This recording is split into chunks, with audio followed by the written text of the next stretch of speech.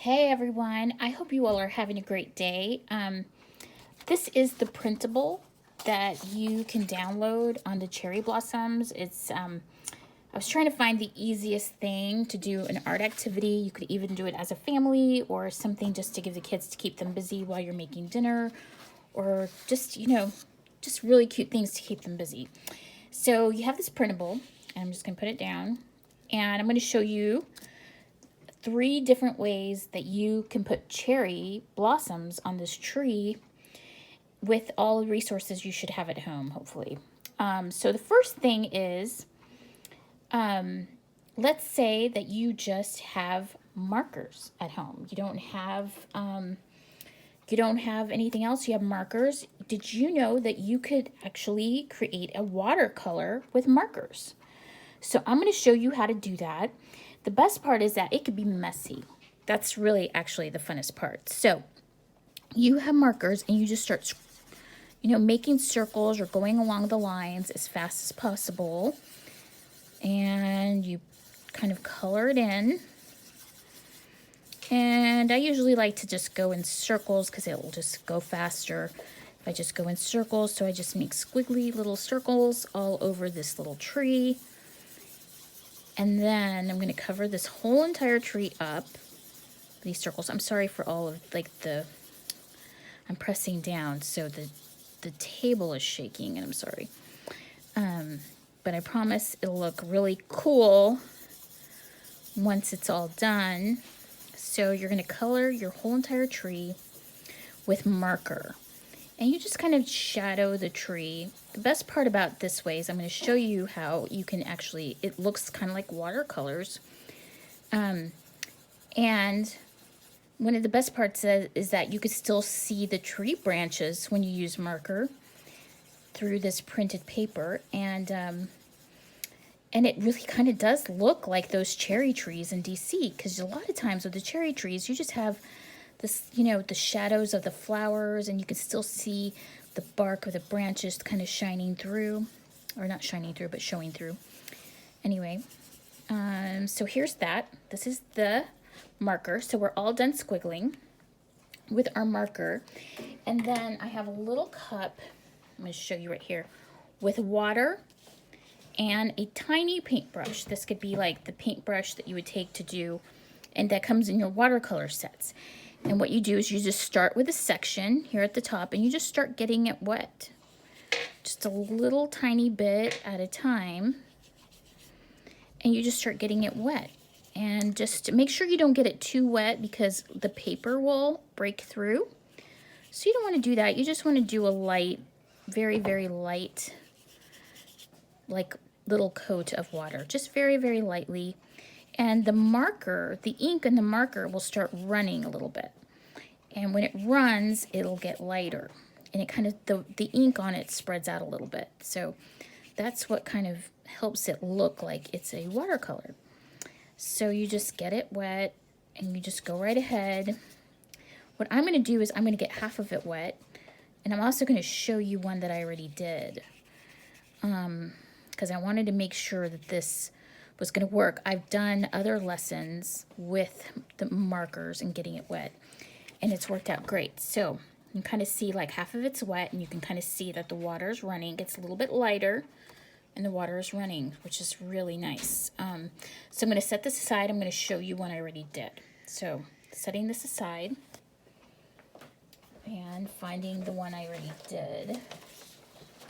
Okay. I did this one last night. You can kind of see I just got the water and I did squiggly marks all over it. But this is kind of what it looks like when it's all dry.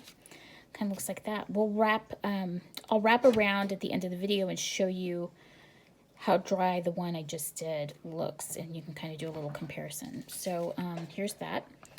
The next one is, what would it look like? This is with marker. The next one's going to be, if you have any tempera paints, what you can do. Well, first of all, you can mix a dab of pink and white paint, and if you mix them together, they come up with a light pink. Or you could use a darker pink and white paint. Tempera paints are kind of like, they're pasty, and they come up with you can mix them really well together. So this one's mixed, and this one we're going to leave them separate. We're going to actually use our fingertip for this one, and I'm going to show you a couple samples. So this one we painted with a fingertip with just the mixed up paints, which is this light pink, and I just went through it with my fingertip. And then this one I did the fingertip, but I mostly had white, and then I kind of touched it on the pink just a little bit, and we created this. So I'm going to show you a little bit about how that works. This is tempera paints, and I have pink and white paints for that. So let me show you how that works. Here's a new paper. Okay, so for this one I'm going to show you the white. So I've just dipped the tip of my finger with the white, and then I did a light tip of it in pink. And then I'm just going to put some fingerprints on it with my finger. So white, pink. And I'm just going to go throughout and put some flowers with my fingertip.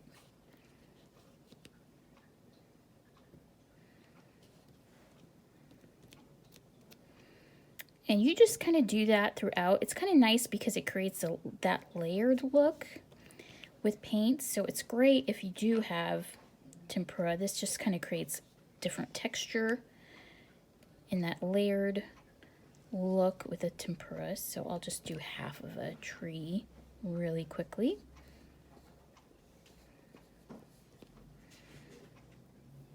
And there we go.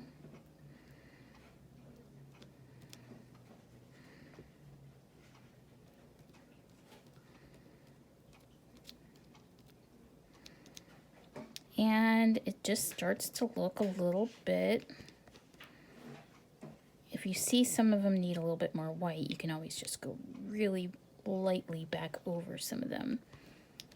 And you just go white, a little bit of pink, and you can fill in your tree. And it doesn't have to look neat. It can look messy. You can just do it with fingerprints. It's just the tip of your finger. And it goes really quickly. So that's what that looks like with mixing the colors. And on the other half, the same thing with the pink. It's just that you're doing the exact same thing. It's just that the color, the paints are already mixed with this one. So you don't have to think about putting your finger in two different colors because you already mixed the colors. So it's as simple as that. Okay, so I'm going to move on to the next thing, is that some of you may have crayons. So I'm going to show you one that I had started with a crayon because I wanted to make sure that it worked. So you could use a crayon for this. So this one I kind of did half of it in a crayon, and now I'm going to do the other half in a crayon. And it's just like the marker that I did before. You just kind of go very lightly, you draw little circles, and you just kind of color it a little bit in, like this. Just go over the branches in circles. Really, it can be messy, it can be really quick, it doesn't have to be perfect. And you just kind of start coloring the pink all over the tree branches and kind of make it fun. And make sure you get all the branches that are even, the ones that are kind of sticking out a little bit, because they definitely have cherry blossoms at the ends. Okay, and I'll just add one down there for fun. Okay, so this is how you can do this in a very, very easy way with a crayon. So there's that. I'm going to set that aside. There's also watercolors. I don't know if you all have watercolor sets. Some watercolor sets come with pink, like this one. It comes with a pink right there. I have several that come with pink, and then I have one that just has red. So this one also comes with a pink right there. So you can use that, or you could, okay, let me see if I can get this to work correctly. Use a red, but if you water down a red, so I'm going to put red here, but hold on a second, red.